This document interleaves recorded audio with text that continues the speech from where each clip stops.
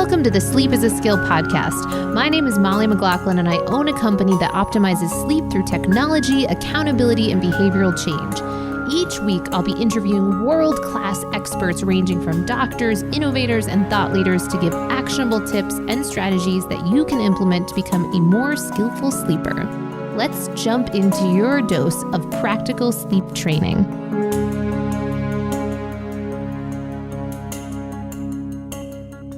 Welcome to the Sleep is a Skill podcast. Today's episode is very different than any episode we've done so far, and I really hope you enjoy this format. It is a round table format, so you're going to hear a lot more voices than you usually do on our episodes. Certainly, you know that Sleep is a Skill is looking at that intersection of technology, accountability, and behavioral change. So we're going to go a little bit deeper on all things metrics and from some of these specific subject matter experts in various areas that I think you're going to really enjoy. Now, a little bit of background on each guest. Dr. Wiles, he is a clinical health psychologist, HRV Subject Matter Expert, co-founder and chief scientific officer at Hanu Health. And just a side note, I have been beta testing their new product through Hanu Health, which helps you look at your HRV and modulate your HRV throughout the course of the day. Super cool tech. And I think you're going to really enjoy that once more people have this in their hands. It's really, really cool. But Dr. J is currently working as the health behavior coordinator at the WJB Dorn VA Medical Center in Columbia, South Carolina, and the Greenville Outpatient VA Clinic. He has specialized training in health behavior coaching, health assessment, nutritional interventions for mental and physical health, motivational interviewing, applied psychophysiology, and consultation. Dr. Wiles works as a consultant for companies, organizations, practitioners, and individual patients on nutritional psychology, health behavior change, applied psychophysiology, and health promotion disease prevention via complementary and integrative practices. He's also board certified in Tai Chi for rehabilitation. And then some dear friends of mine, the Biohacker babes, that includes Lauren Sambataro and Renee Belz. Lauren and Renee grew up in a health-driven family that prioritized the fundamentals of wellness and self-care. Their father, Gene Sambataro, the original biohacker and pioneer of holistic dentistry, and quick side note, he has been on the podcast.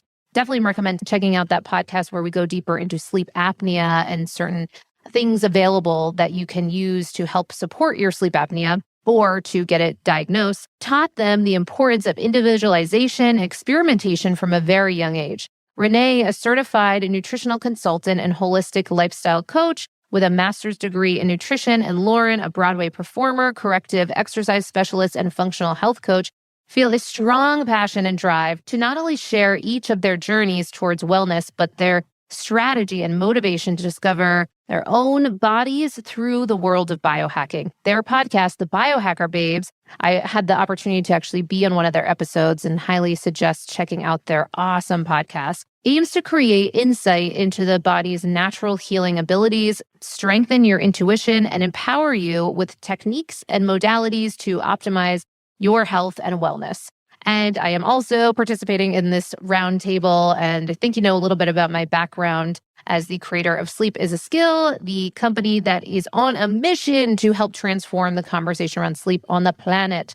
All right, without further ado, let's jump into the podcast. I think you're going to really enjoy some of the conversations that we get into, and we're going to do some more roundtables in the future. So if you have any questions that you would like to have answered from myself, from Dr. J, HRV expert and creator of Hanu Health, as well as the Biohacker babes and their immense knowledge in the area of health and wellness, absolutely send those on over to us. You can go to sleepisaskill.com, and in the lower right-hand corner, we have a little sleep bot, we like to call it, and you can submit any of those questions there. So I get a lot of questions around sleep supplements, and I'm very hesitant to just throw out a whole laundry list of possibilities. One, I don't think it's the most responsible thing to do. I really do believe in testing to see what types of supplements make sense for you. And two, because I really truly believe that most of the things that you can do to improve your sleep are behavioral, psychological, environmental in nature, and often don't cost a dime. However, there is one supplement that I personally take every day and that I do feel quite comfortable with suggesting for most individuals to experiment with because of a couple of reasons. Its high safety profile and high rates of deficiencies in our modern society. Some put the numbers as somewhere around 80% of the population being deficient in this one area, and that is magnesium. So magnesium has been called the calming mineral, and some report that magnesium can increase GABA, which encourages relaxation on a cellular level, which is critical for sleep.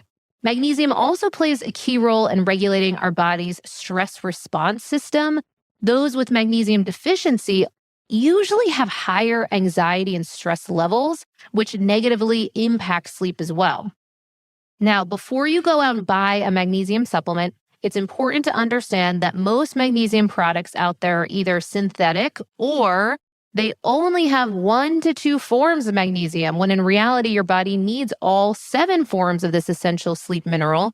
So that's why I recommend a product from my friends over at Biooptimizers. They have created something called the Magnesium Breakthrough. And taking this magnesium before bed helps you relax and wake up refreshed and energized.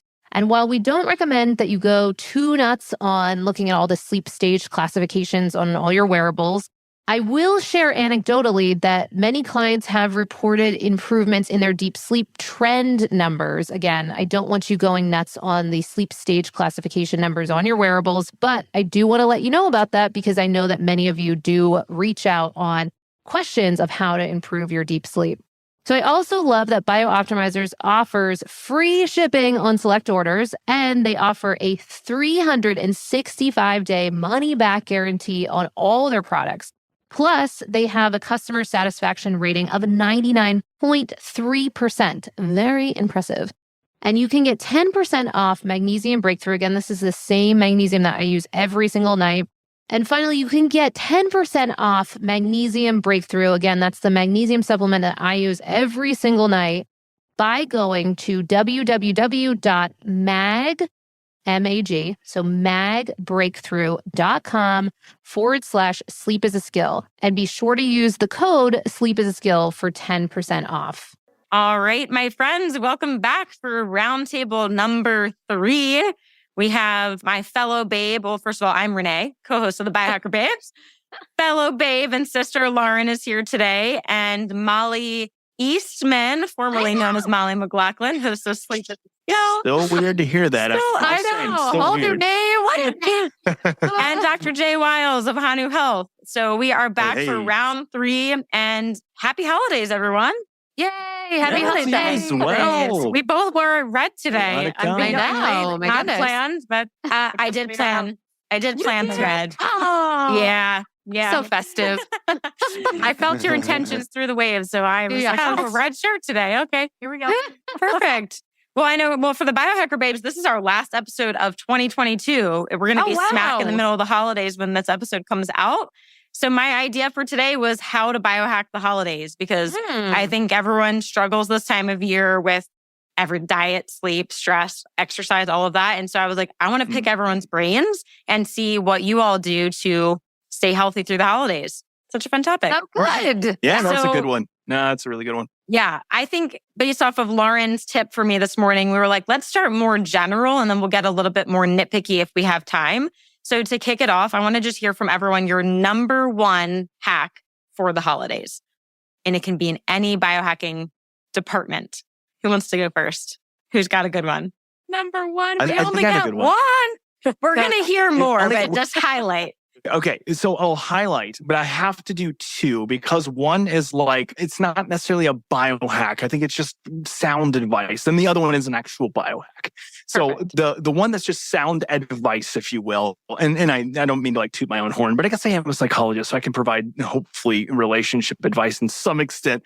But the one for me is like actually finding time for myself amidst like chaos. So I don't have that big of a family. My wife has a huge family and we're always with family. We're always with friends during the holiday season, which is good in one sense, but in another sense, it's like, it's draining. And that's coming from like a huge extrovert. So for me, like, I love being around people, but I think it's, certain people, if you will, may drain my battery more so than others. So for me, it is like setting aside like quality time alone. And that could be alone, like, with just my immediate family, like my wife and 2 boys, or just like by myself. So that's number one. The other thing is a mechanism for me to handle the stress when I'm in the moment, which is just by like stressing myself out in any other way that I can, which is by doing a fair amount of exercise. I actually up my exercise regimen in the wintertime, as well as, I'm like, I don't have anything else to do. Like, might as well work out. Yeah, I'm like totally kidding there. But I do workouts, but also ice baths, saunas. Like, I just tend to up those things just as a mechanism to like have my me time, because a lot of things I do in that category are alone, but also just kind of push myself a little bit hard, challenge myself a little bit. I just find that I deal with and have more resilience like around, let's say, certain family members or certain situations that may have previously caused me some stress. So there you go. A little bit of advice plus biohacking. Great. Love that. Love those. Love both of those. Amazing. That got me thinking. I think some of the things that I like to cycle in is kind of like the feast or famine mindset. So periods of maybe if it's feasting in whatever particular way that looks like, even if it's like socializing, food, certain indulgences that we might kind of opt into during the holiday season, but then also balancing that with some kind of quote unquote famine. You don't necessarily have to go into that extreme, but having that time having that starving.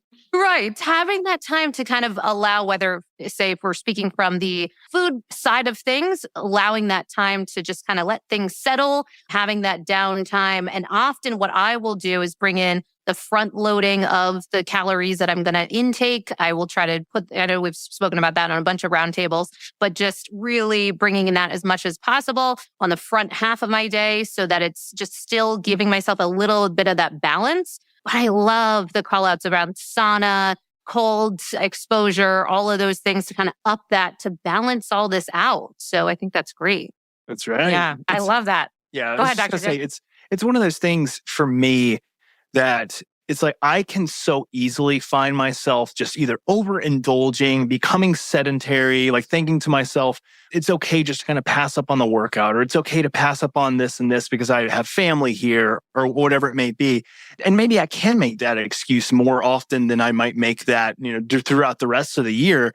But for me, I just feel inherently better when I just pay more attention to myself, allow myself those indulgences, allow myself to just be a human being and enjoy it every once in a while, but then just balance it out with also saying like, I'm going to be really strict with myself, but also like in certain areas of life, but then also just allow that flexibility, because last thing I want to do is like completely socially isolate myself because I have to live a completely different lifestyle from those who I'm around.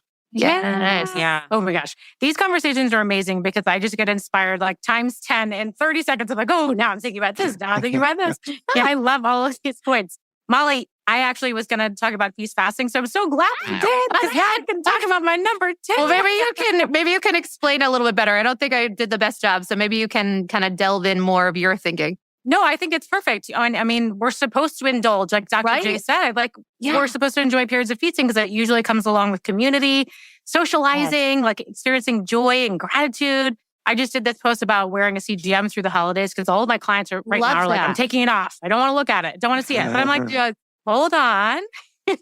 For one, we can like avoid that tomorrow syndrome or avoid the like January 1 doom and gloom if we like hold ourselves a little bit accountable. But also the nervous system, and Dr. J, I'm sure you can speak to this, is such a powerful effect on the glucose. And a lot of times we see with holiday meals, because we're slowing down and we're eating with friends and family, expressing gratitude and joy, that the glucose actually does not spike as high as we would expect it to. So when we're working, running around, lunchtime is always like a really detrimental time to glucose because we just don't slow down. Like the digestive system is not turned on, parasympathetic's not turned on. Anyways, that all goes to be said, like we're supposed to feast, and the fasting is the best way to reset from that. And I've been looking into a lot of the research about how we like kind of do the stair-stepping effect every year. Like winter, we tend to pack on some pounds and we don't often take it off in the new year or into the spring. And Lane Norton has actually been talking about this. So I've been listening to him a little bit more. He's showing that it's just like stair steps every year. It's like we just add more because we don't take it off. So yes, if we do the feasting, we have to do the fasting. That's the rest for our body. Same as with exercise. We take rest in between. Same with the nervous system, sympathetic, parasympathetic. It's all about the balance. I think that's like such an amazing call out and such an easy thing to do. Like if you overindulge, next day we like take a little rest. Yeah. Totally. So good. That reminds me of, I don't know who said this years ago, and it really stuck with me. They said, you don't gain weight on Thanksgiving or on Christmas. You gain it on all the days in between. It's those damn leftovers, man. Damn leftovers. But they're so good. Oh man, the turkey sandwiches. Really okay, maybe leftovers the next day, but then, maybe by Saturday you start fasting again. Or, I mean, it really probably starts with the Halloween candy, right? It's like the candy you're eating Halloween night, probably not a big deal. It's that it's in your house for the next 2 weeks and you keep eating it, right? So I think that's a good rule with the feast and fasting. I have to ditto your CGM post. I think that's so awesome. I actually wish that I had a CGM right now rolling into the holidays, because I do think it just keeps you more accountable. And plus, if you see that your blood sugar is spiking after Thanksgiving dinner or whatever, that's an alert to like, hey, go for a walk, or hey, take some berberine or whatever. Like, I think it just empowers you to say, oh, I just need to do something about this, rather than not knowing what your blood sugar is doing. So, or just like remaining like willfully ignorant to it. I think a lot of us don't want to look. It's like we have opportunities. Yeah. If we want to listen. Just like your Oura Ring data, or your Hanu Health data, right? It's like, oh, I am stressed. Okay, I can do some breath work real quick, rather than just like being ignorant and like, oh, I don't know. Well, the one trap that a lot of people fall into is that when they look at their data and maybe the information that's being provided isn't congruent with what they want to have happen. So therefore, they see with Hanu that they are experiencing some taxation on their nervous system, or maybe glucose is like not going in the direction that they like seeing. A lot of people immediately want to say, well, out of sight, out of mind, take off the strap, or, to pull the seat. It doesn't happen if I don't see it. Right, exactly. Yeah, it doesn't happen if I don't see it. And so going back to your point, Renee, about just the high level of accountability that you can get with some of these biometric monitors, I like that. That for me is like why I go to it. Like I want to have that level of accountability, like when I go into the holiday season. So for me, I've got my levels on order right now, because I don't wear it every single month. Like I do it probably every once a quarter, maybe, is when I do a 2-week stint of levels, or a month of levels.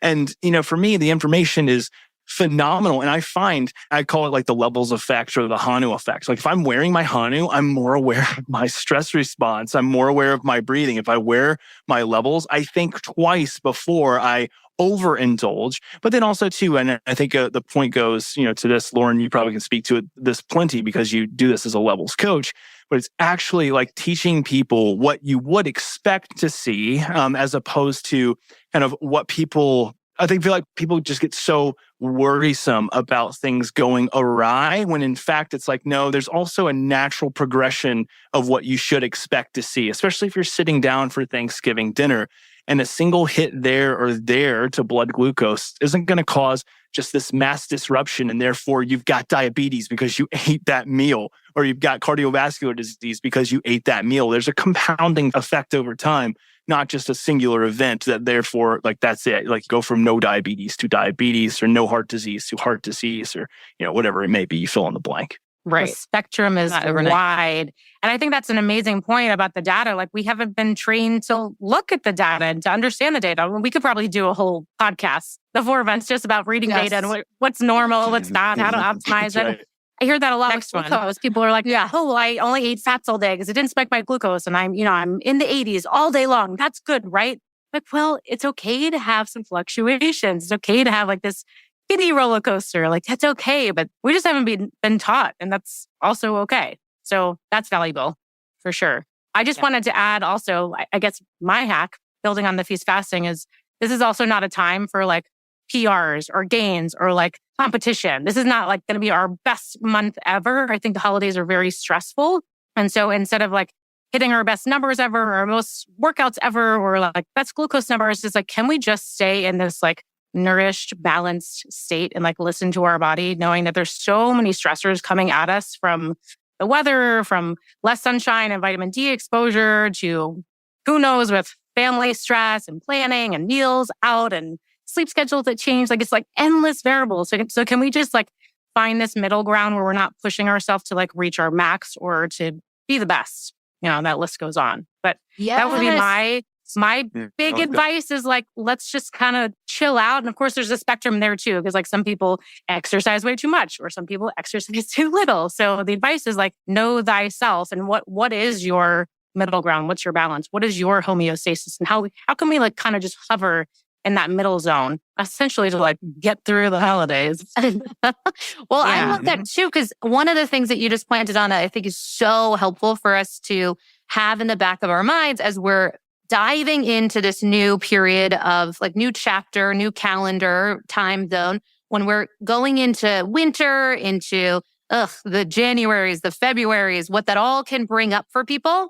But I think what's really helpful is to kind of pan out for our context shift and think about the fact that seasonally, there would have been a real adjustment that we would have done historically for so long. And it's one of the things that we work with our cohorts at Sleep is a Skill. They like are so sick of me talking about this because I'm often talking about winter being on purpose. You can really think of it as the season of melatonin, the season of more darkness. I get a lot of pushback because I talk about standard time and how we've now moved back to standard time. And people are like, I hate standard time and it sucks. And blah, blah, blah. But the reason they're saying that, I often say there needs to be a new PR rep for standard time because my argument is that I'm taking on this role and for you. And especially I'm doing this on purpose because literally next year, what is up for legislation change is to move to daylight savings time all the time.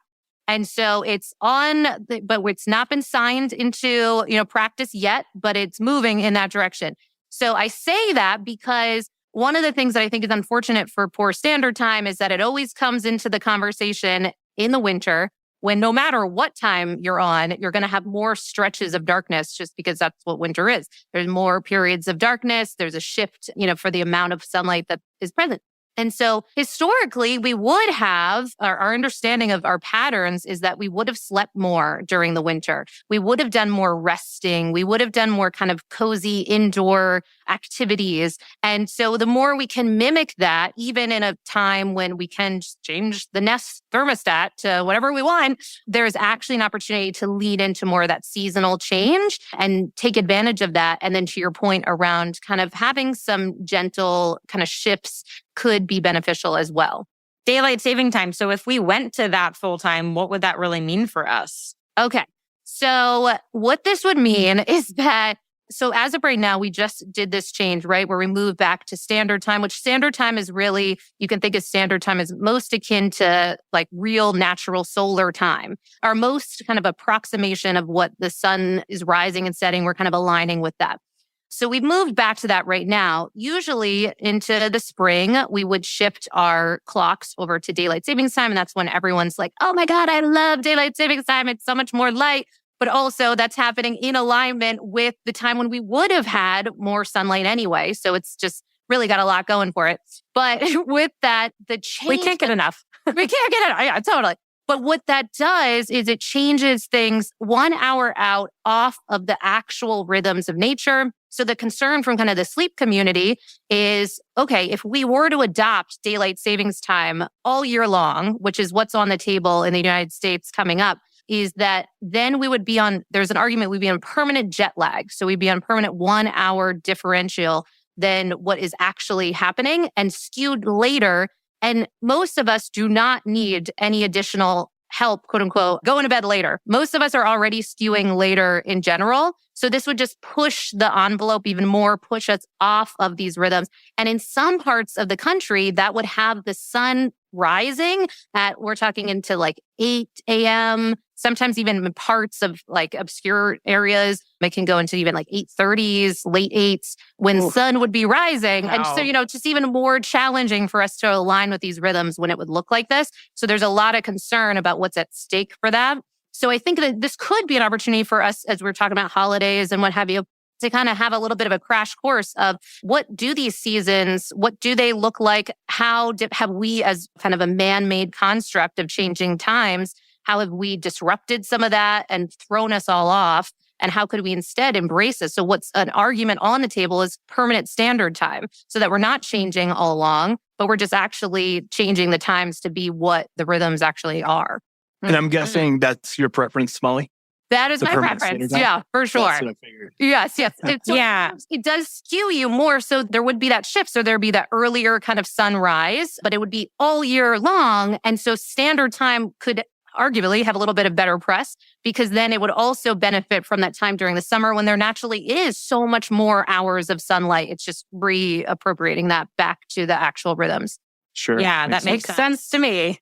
Yeah. Right? I feel like if the sun was coming up at 8 or 8:30, most people would not get outside and get their morning sunshine. Like they're already in the office by 8 or 9. At school too. I mean, I think about my kids. Like they're in school at 8 o'clock basically. So for them, like they're going to have. Well, I guess they can watch the sunrise from their school chair. Whatever. Yes, hopefully. Totally kidding, but I'm actually being. Norman would not like this. He would be like, "Come on, get yourself outside." That's right. And they tried this in the 70s. We've tried this as a country. We tried this in the 70s, and it did not work. People did not like it, and fairly quickly went away and was repealed. But now we're recreating history again. And which one did we try? We tried all daylight savings time. Daylight savings time. Yes. Oh, okay. What was the pushback? Do you recall what the actual pushback? There was safety concerns. So there was, and certainly the school element was a big one. So a lot of parents were concerned about their kids kind of waiting for the school bus in the dark and all of these issues. Yeah. But also just, it was really challenging for people to kind of maintain healthy sleep schedules when it was it goes against what we think of for kind of being aligned with these rhythms as much as possible. So there was a lot of reasons why that one didn't really last. And so my hope is that now that this won't pass, but it is called the Sunshine Act, Sunshine Protection Act. So, it's very nicely named, but it's a little concerning and misleading. So intuitively, it all sounds great. And I feel like I align with all of it. I am absolutely though one of those people who I'm always like, oh man, I love the sun, being out till 9 p.m. or and I'm always one of those oh man, 4 o'clock, 5 o'clock, the sun's going down. However, it's that's just me being selfish and me wanting more sunlight at the end of the day. But if I'm understanding correctly, which I think I am, there are significant health detriments that can come from not being aligned with the natural with natural sunlight and the phase shifts of natural sunlight. So, I mean, you might be selling me on it, even though I'm I do like being out at 9 p.m. and it's still a little bit of sun. I know. It's kind of cool. I know. I'm with you. I love a passeggiata at 9 p.m. Just a nice stroll. But I have to say, since it's been getting dark before 5 p.m., normally I like to wrap up my clients by 5. And then I have this email window where I sit at my computer, because at 4:50, it's the sun's going down. I've been leaving my computer and going outside to walk before it gets dark. So yay. At first I was super against it, but I'm it's getting me out. It's getting me away from my computer. I'm getting that sunshine to get my walk in. Whereas before it was just I'll keep working. The sun's still up. We got time. Well, it helps me to wind down a lot sooner, which is really good. Because for me, if I don't, I might be well, the sun is still out, so I can still do work on my laptop. But if I'm it's 6 o'clock and it's pitch black out there, it's not going to be good for me to sit in front of a computer screen, in my living room, and then I'll shut down. So it does help me with some of those maybe poor health behavior habits that I will engage in when the sun stays out for a much longer time. For me, it's okay, is there a happy medium? Can I get the sun out early and then it sets just a little bit later than what it is right now? That's what I'm looking for. But you can't, we got to go to personal sunshine, personal sun schedule. Just rise and fall when I need it. Yeah, because with technology, that's going to happen. Yeah. It does feel weird to be on your electronics when it has been dark for 2 or 3 hours, for sure. I'm definitely noticing that. And even by 8 o'clock, I'm is it bedtime? Oh, wait, it's only 8. Yeah. So Molly, I'm happy to hear you say that it's normal to sleep a little bit more in the winter too, because I was going to ask you about that, because I definitely do. Yes, 100%. So a couple of things. One, and more to the PR repping for standard time. I totally hear you, because it can be jarring for it to get so dark so early. And my argument for poor standard time is that if we were to experience it all year long, we would also get to experience some of the benefits of when we go into the summer months. And summer, just no matter how you cut it, is just going to have longer stretches of sunlight exposure in general. So historically, part of the argument back to that kind of feast or famine, that also applied to sexual activity, that also applied to the types of foods that we were having. And what we would see is that people would be more sexually active in the summer months because of just longer stretches of sunlight, warmer, all these different reasons to be out socializing. There was actually a real change in activity levels and how you would kind of get together, communions of. So if we really do kind of beckon back to how things were and then somewhat apply somewhat of that blueprint in for a modern society, like we don't have to be nuts about it, but some element that even applies to seasonal food choices. If you really dive into some of these things, there can be a lot of wisdom, I think, from just mimicking a bit of how things were and then applying it now. Hey, at least we don't live in Alaska where we have to deal with real darkness all day. That's true. There's that on the bright side. Yeah. No pun intended. Yeah. You did there. Renee, what's your big advice? Okay, so I kind of have two. As I've been listening, I agree with everything you all are saying. I'm going to add two more. In one, I'm telling myself this advice personally because I need to hear it. Something that my husband and I are going to try through the holidays is one social commitment in a day. And Molly, right, you know how it is in Vegas. There's always something fun to do. So literally Ryan and I sat down the other night. We're like, we just need to accept that we're going to miss out on certain fun things. And that's okay. I don't want to be going to a brunch here and then a dinner party here and then going to hear a band after. One thing a day, have fun, and that's going to be plenty. So that's my goal for this holiday season. I like it. FOMO. You were couples goals. I know your calendar would always be so okay, I got this and this and this and oh my God, amazing. I know. So but I want to make the one that lasts the longest, whichever one is 7 hours long. We'll do that one. No. Cutting back. And then on top of that is, I already do this now and I'm going to do it through the holidays. I think it's great, is 30 minutes a day. Dr. J, kind of how you were saying, is take time for yourself. Whatever that magic sauce is for you. And for me, it's 30 minutes. I'm loving the brain tap with the amp coil, but you could totally just do some breath work or close your eyes, take a nap, meditate, whatever. But 30 minutes a day, because the rest of the day is going to be a little bit crazy.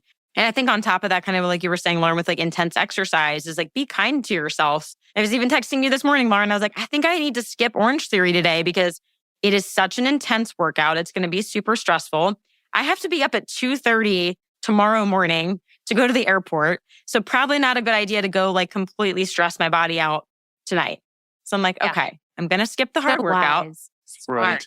Again, I'm talking to myself. I'm talking to myself here. But we all need to take our own advice all the time. All the time. I love the 30-minute. My coach this morning, a lot of I love having lots of coaches. And so one of my coaches is this high performance coach. And one of the things that our conversation left with was exactly that. And it's not as if it's you should do this and then life happens and then you get away from it. And this is what I've been getting away from it, is enough time of actually pulling myself away from the Zoom calls, the this, the that, and actually physically getting outside, doing, and I speak about this so often, so I have to ensure that I'm living my brand. And so that was one of my recommitments with my coach, was 30 minutes, just kind of physically getting outside, preferably walking, and just a shift, an environmental shift. So I love that. Or downtime or whatever that looks like for you.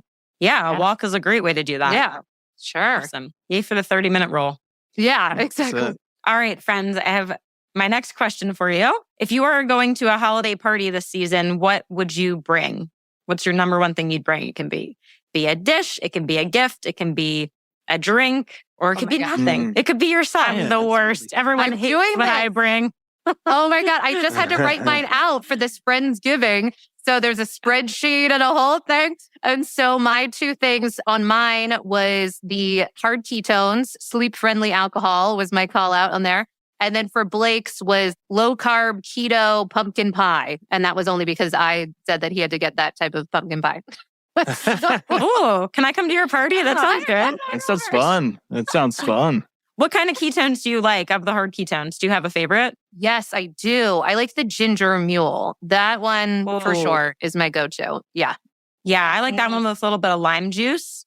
Oh, I have not done that. I should do that. So good. Much better than the champagne. Oh, man. Yes, for sure. Yeah. Couldn't do that. I know I've talked to you about this before, Molly, and it's no knock on Frank. Frank and I are good friends. I have a hard time with them. For me, they're just a little bit difficult to get down.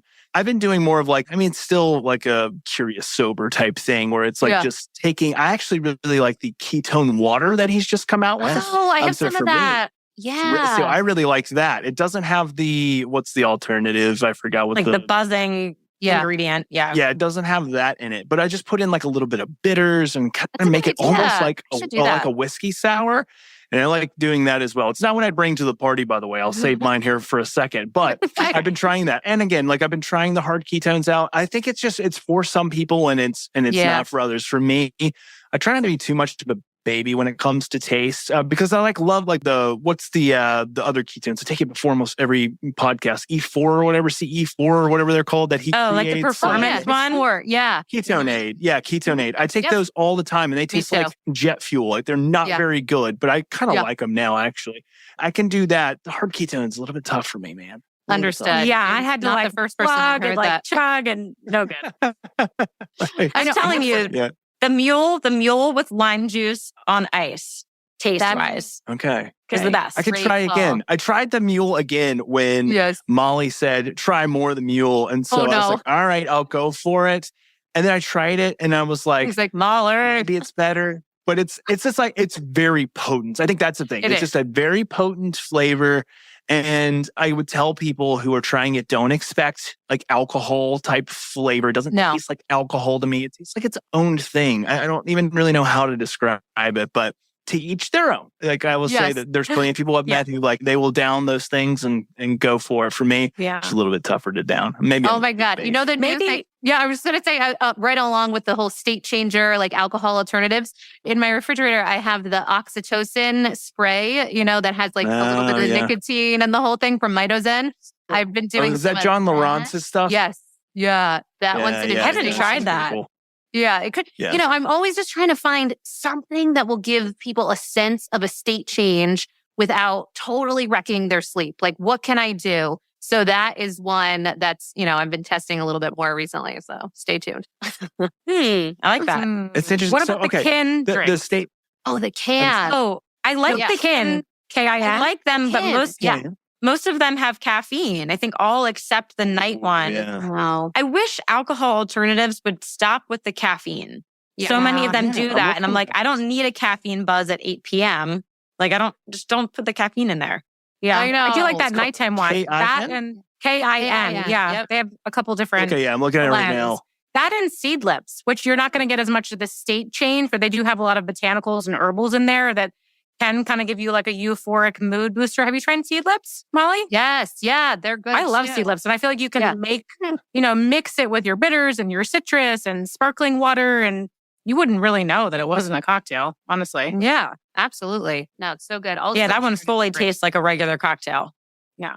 Dr. J, what were you going to say about a state change? Oh, I was going to say, the one Molly says she likes to, find those things that give somewhat of a state change, but doesn't wreck sleep. Maybe it's too risque for this podcast and it's opening up a can of worms. But for me, like the one where I experience like a pretty good state change, it's mild, but it's good. It's more of a focused, but still quite euphoric, is like microdosing of psilocybin. And it does not wreck my sleep. If anything, I actually see myself having better experience of sleep at night when I microdose. I don't do it very often. I would say maybe once or twice a week, once a week maybe. But for me, it's like the amount of, it's like the euphoria plus like the focus and the creativity. It's all there and it's heightened in terms of state change, but I don't see it wreck sleep. And I'm not telling people that you start, microdosing or dropping, some LSD or psilocybin Molly before they go to a party. I mean, maybe if that's your thing. I'm just I experienced state change there and it doesn't wreck my sleep. So maybe that's where I should go with, just microdose a little bit before a party. Yeah, exactly. You're talking about less than 200 milligrams and it, can you do it at any time? Could you do it at 9 p.m.? It's a good question, actually, because I've never taken it that late. I always take it first thing in the morning. Well, first thing, like after a workout before I go do like a heavy, bouts of work. That's actually a good point. I haven't thought of it that way. I wouldn't mind trying it. I wouldn't mind like taking a hit, no pun intended. I wouldn't mind taking a hit on my sleep, like if it was like effective in creating that state change, but also didn't, hit my sleep too bad every time. And even if like I take a hit one night, like I'll recover. But I haven't tried it. But I can do that and report back. That'd be my goal. Me too. Yeah, and I'm sure it's still better than alcohol. I would imagine. Yeah. I would imagine so. Yeah. Alcohol is such a weird spectrum thing for me. It's like one of just about anything that I would normally drink, which has been a lot less lately. It would either be one glass of wine, but wine wrecks me more than just about any other type of alcohol. But it's pretty much like a smooth burning liquor. So like gin or like really high quality vodka. One drink, it normally never affects my sleep that much. It does a little bit, not that much. Two, like anything past one, and it's like sleep is done.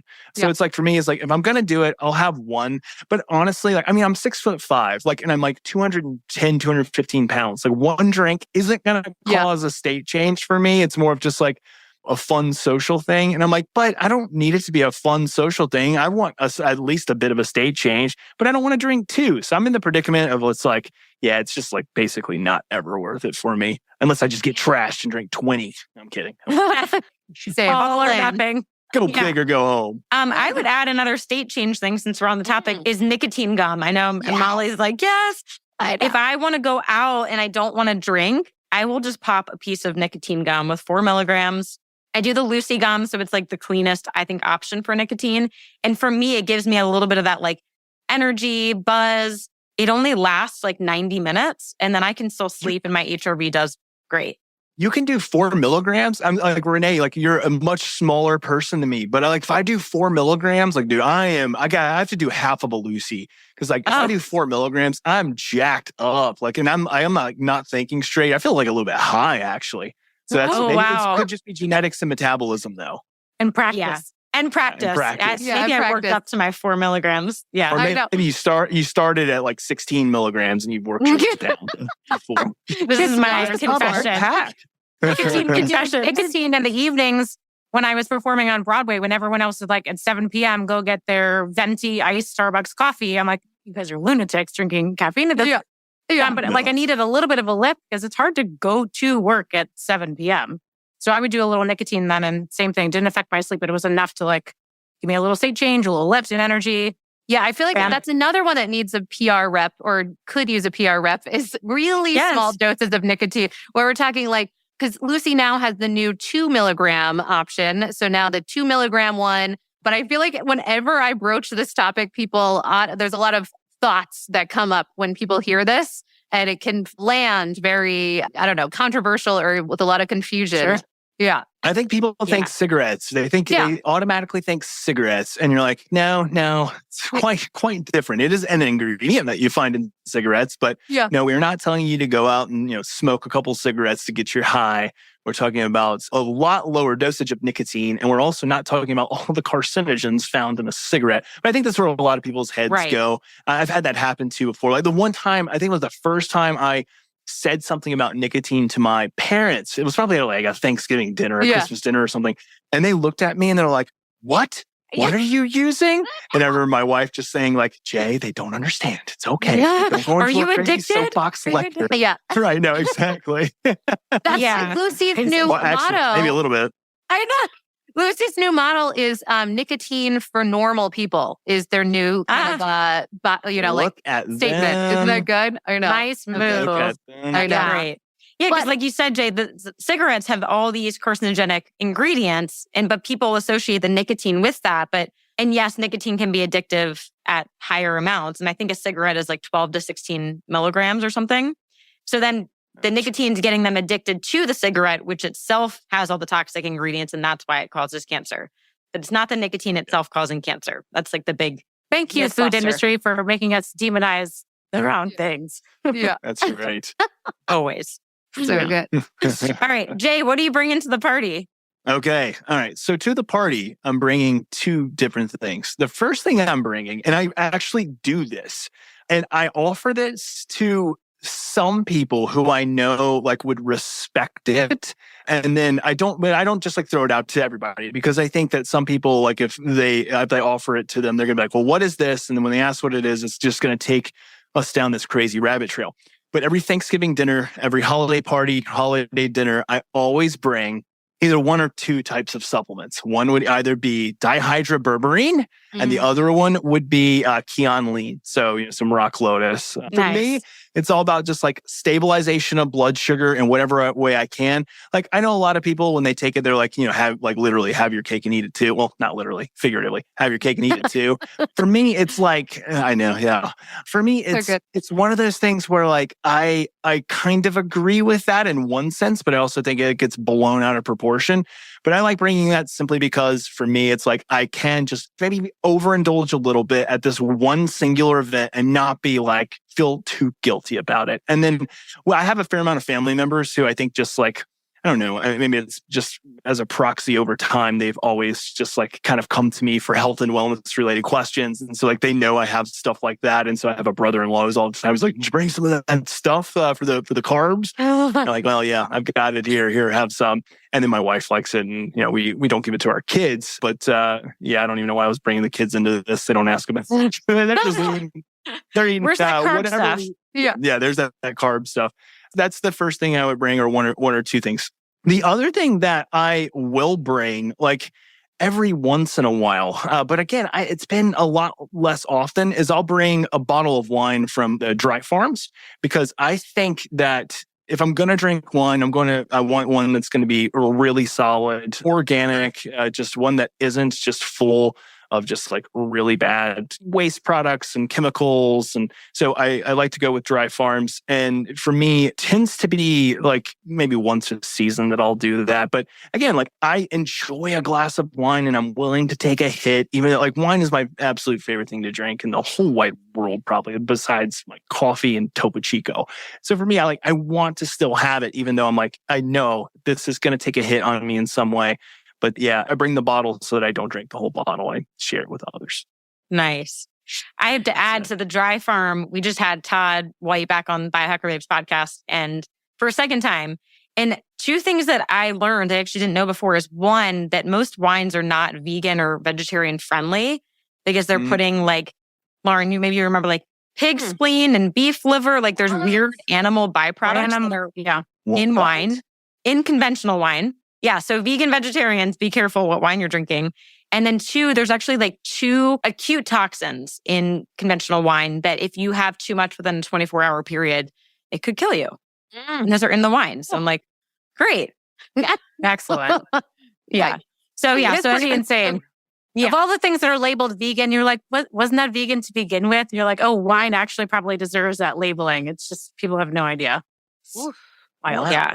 So definitely a big fan. That's an odd one for me. Well, for me, it's like, pig liver and spleen. Maybe I do want a little bit of that so I don't have to eat it. So I'm just going to get my organ meats through my wine. Can I get my B12 that way? Yeah. Right. But mix in with some plastics and carcinogens too. I don't know. You're like, does your stomach separate it offsets. that? Come on, Lauren. It just all offsets.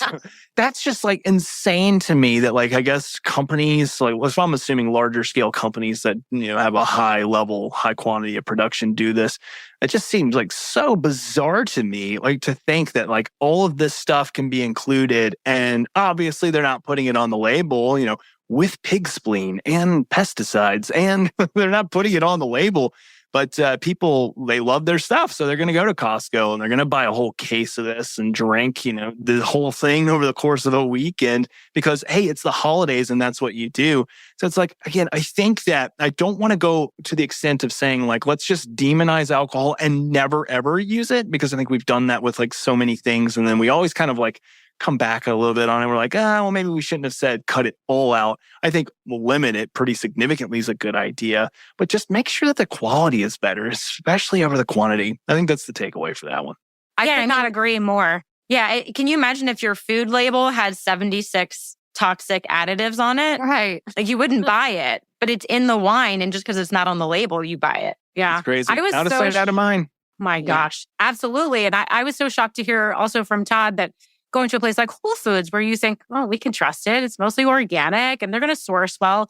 He said even in Whole Foods, like that entire wall, it's all like 3 major companies that are producing this stuff. And they just smack their fancy label on it with a beautiful picture of some picturesque farm somewhere. And you're like, oh, that's got to be the clean one. It's like all crap. Like we're duped over and over again. So dry farm actually makes it on my list of 2 that I would bring to a party as well. I'm so glad you said that. One, because it helps me. Like I'm going to take less of a hit from the alcohol when I do enjoy a glass.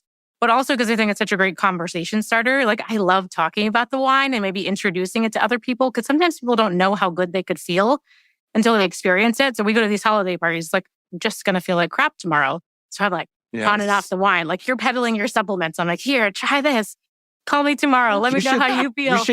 You should get Dry Farms to like pay you to be a sommelier at all of your parties, just serving their wines every day.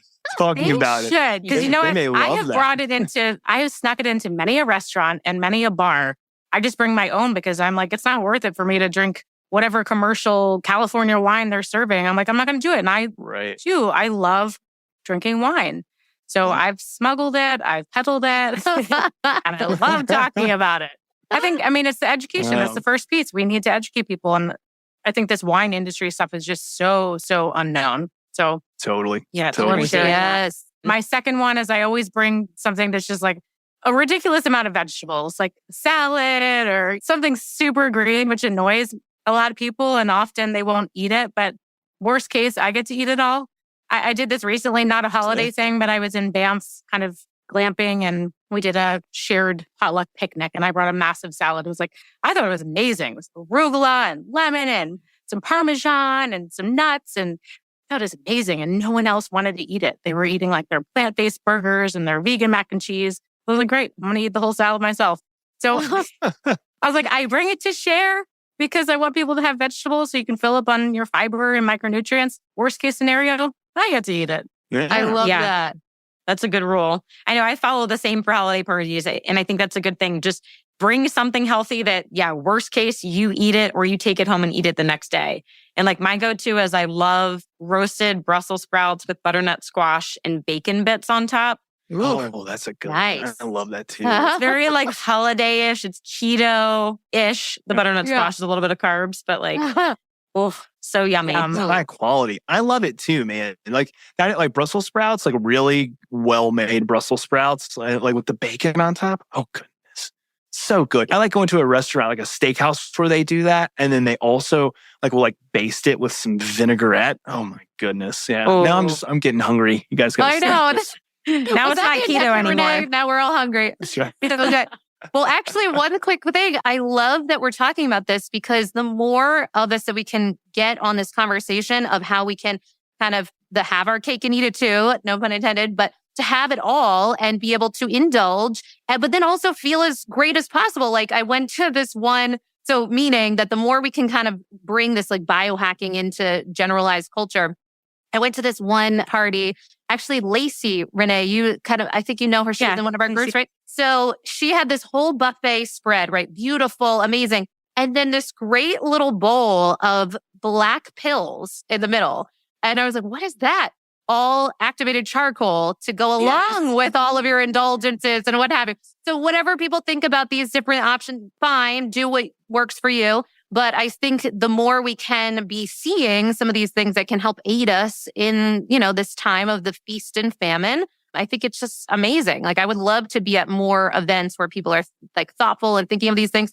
There was just Wellness Coachella, Wonder Soul happening over here in Austin this past weekend. And they were sponsored by, maybe Kava? True Kava, I think. Mm-hmm. True Kava and hard ketones. And that was kind of the drink options of choice. Just like, could we have more of that? I would love that. I think that would all be amazing if we're all discussing this and bringing this in to like our regularized optionality. Mm-hmm. Yeah. I mean, there's a huge movement just like in the sober curiosity, but I think there's a lot of us that just don't want to give it up completely. So I think the more options we get, the more we all experience and try them, keep sharing to see, because some of them are great and some of them don't taste great and kind of suck. So we just got to keep testing and sharing. That's right. And next to the bowl of charcoal, I would say a bowl of digestive enzymes. Like put that out on your food platter. Yeah. Oh my God. Everyone needs a whole checklist. This is an amazing checklist to have at every party. And I love that. We're just going to replace all the food with pills though. It's going to be like 30 different pills. And then like a thing of Brussels sprouts at the end of it. Yeah. With bacon. With bacon. Yeah. Don't forget the bacon. That's right. I love that. Component. You're hungry? Sorry, all you get is a shot of ketones. That's all you get. Yeah, exactly. That's it. Oh my gosh. And a lime. Take care of that hungry with no time. You'll be totally. I'm not hungry within super a second. efficient.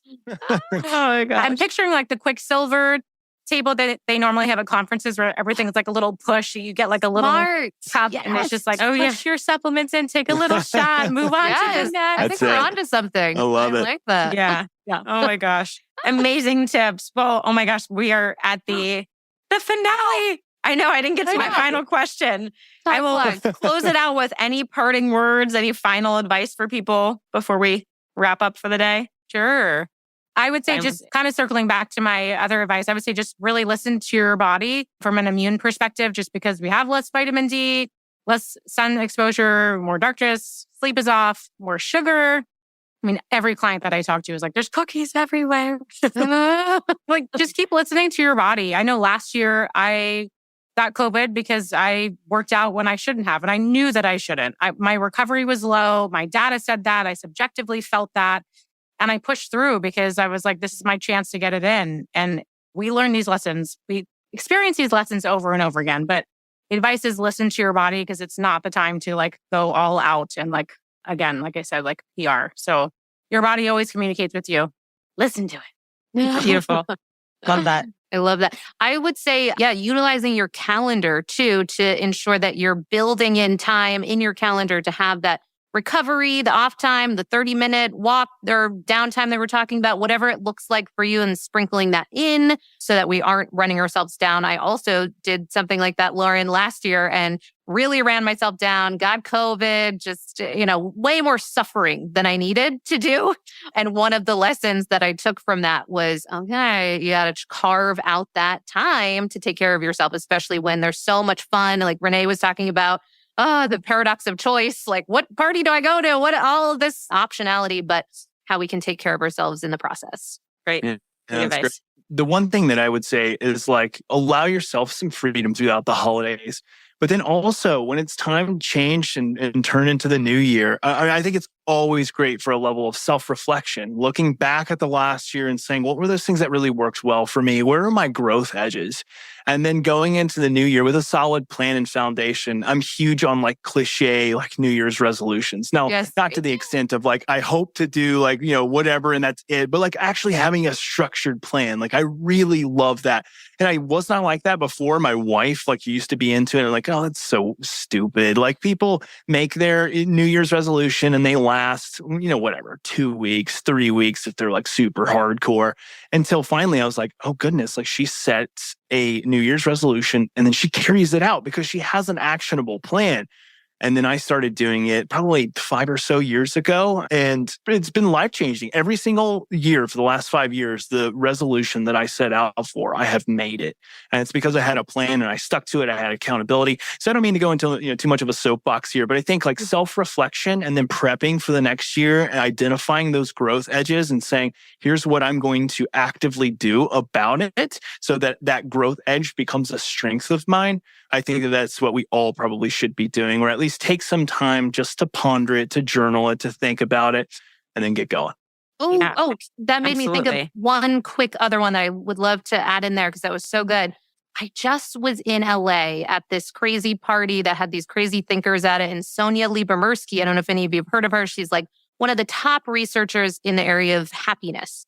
And if we're talking about ultimate kind of biohacks, I would assert that being happy throughout the course of our life would be really a great longevity hack. So one of the takeaways she was speaking to was that in all her research and all the things that she's discovered, connectivity being one of the most important things for your health and well-being and overall sense of happiness. And so connecting being up there. And so it makes me think too, from everything we're talking about, even just this conversation today, I'm so grateful for all of you and all the information that you're sharing. And as we go into the holidays, we've talked about social capital in the past. And as much as these things can disrupt our habits and our well-being and all the things, if we can also come at it from just the absolute crucial nature of connecting with people that are important to us, especially as we go into Thanksgiving and all of this, when taking that time, like Dr. J was saying, to really be thoughtful about what is important to us and what we're planning, I think that can just